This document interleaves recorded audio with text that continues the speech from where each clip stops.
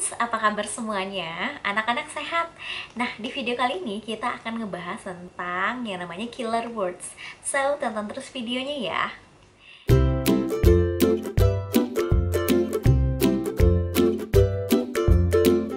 Nah, Mamis, di video sebelumnya kita sudah pernah bahas tentang 5 magic words. Nah, di video ini kita akan membahas yang namanya killer words atau kata-kata jangan atau tidak boleh. Nah, sebenarnya gimana sih anjuran penggunaan kata jangan atau tidak boleh ini sesuai dengan anjuran di dunia parenting?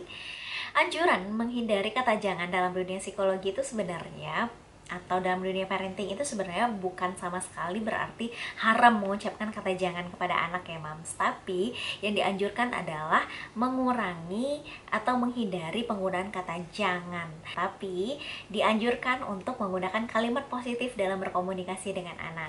Kenapa sih alasannya kita tidak boleh terlalu sering menggunakan kata jangan kepada anak?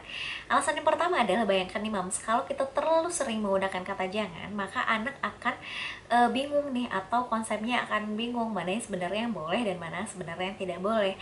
Karena dia akan sering merasa bahwa apa saja yang dilakukannya itu adalah salah di mata orang tuanya. Sehingga hal itu akan membuat dia takut untuk melakukan sesuatu Mams. Jadi kepercayaan diri anak akan menjadi turun. Nah, alasan yang kedua adalah karena hal ini berkaitan dengan sistem kerja otak manusia, Mams. Karena otak kita lebih mudah untuk menerima informasi positif atau yang berupa kalimat positif dibandingkan kalimat negatif. Contoh nih, Mam. Misalnya kita bilang jangan lihat mangga.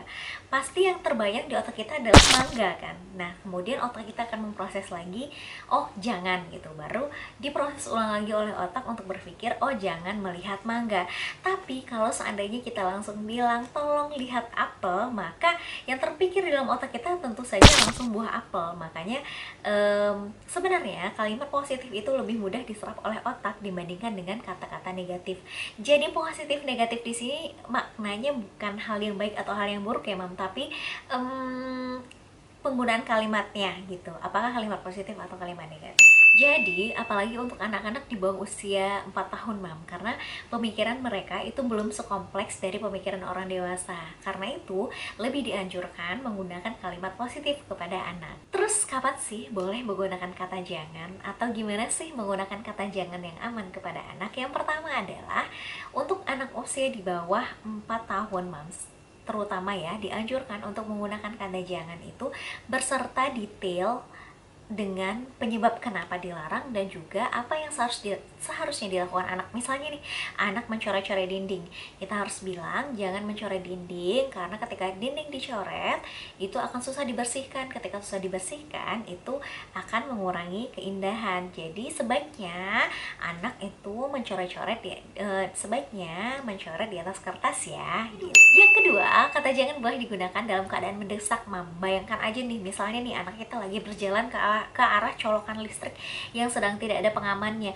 Pasti refleks yang pertama kali kita ucapkan adalah kata jangan gitu. Karena memang itu cuman yang bisa kita ucapkan. Kalau nih kita bilang lagi, "Adek, sebaiknya bermain di area tengah ya," itu anaknya keburu megang colokan listrik gitu. Jadi mungkin itu bisa digunakan ya Mams untuk kata jangan. Yang ketiga adalah penggunaan kata jangan benar-benar difokuskan atau benar-benar hanya diberikan kepada hal-hal yang benar-benar tidak boleh dilakukan anak. Misalnya megang api atau bermain di dekat area colokan listrik seperti itu. Jadi akan muncul nih Mams warning di dalam diri anak tentang apa sih yang nggak boleh dan apa yang boleh.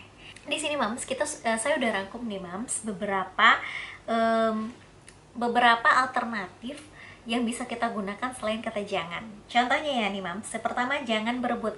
Kita bisa ganti dengan bermainnya gantian ya. Kemudian jangan berteriak. Jangan berteriak. Kita bisa ganti dengan kata-kata, "Ibu mendengarmu nak, boleh bicara dengan pelan?" Kemudian yang ketiga, jangan memukul teman. Bisa diganti dengan sayangi temannya ya.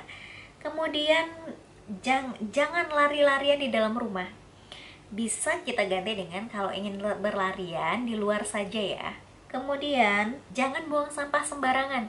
Bisa kita ganti dengan buang sampah di tempat sampah ya.